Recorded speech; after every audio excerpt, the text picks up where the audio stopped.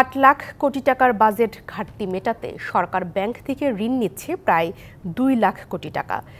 বিশ্লেষকদের শঙ্কা, ব্যাংক থেকে সরকার এত বড় অঙ্কের ঋণ নিলে বেসরকারি খাতে ঋণ প্রবাহ কমবে। ঋণ সুদহার বাজার ভিত্তিক হওয়ায় তাতে শিল্প ঋণের সুদ আরও বাড়ার শঙ্কাও আছে। আর তাহলে আরেক দফা বাড়বে জিনিসপত্রের দাম, কমবে বিনিয়োগ, ধীর হবে অর্থনীতির গতি, বাড়বে না কর্মসংস্থান।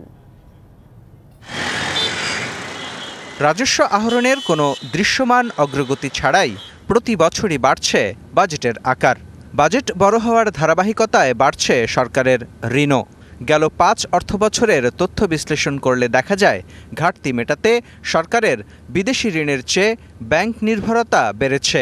ব্যাংক খাত থেকে ঋণ নিলে যে সমস্যাটা হলো, ব্যাংক যদি গভর্নমেন্টের ট্রেজারি বন্ড এগুলো যদি ১২-১৩% কিনতে পারে, রিটার্ন পায়, তাহলে কেন ঝুঁকি নিয়ে তারা ব্যক্তি খাতকে প্রায় একই রেট অফ ইন্টারেস্টে ঋণ দেবে? তো সুতরাং ব্যক্তি খাত এফেক্টেড হয়ে যেতে পারে, তাদের বিনিয়োগ এফেক্টেড হতে পারে, প্রবৃদ্ধি কমে যেতে পারে।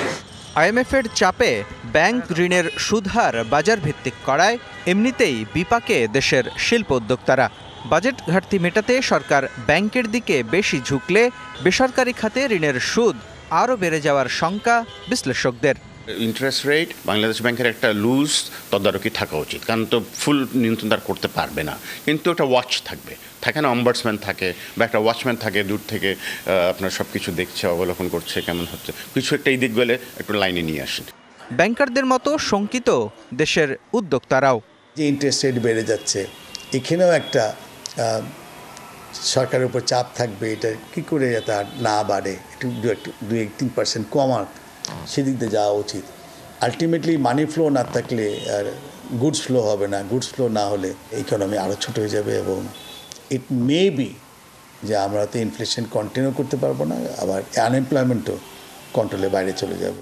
সরকারের ব্যাংক ঋণ নির্ভরতার কারণে সুদহার বাড়লে আরেক দফা জিনিসপত্রের দাম বেড়ে যাওয়ার শঙ্কার কথাও বলছেন ব্যবসায়ী ও বিশ্লেষকরা। মোস্তফা মাহবুব, ডিবিসি নিউজ, ঢাকা।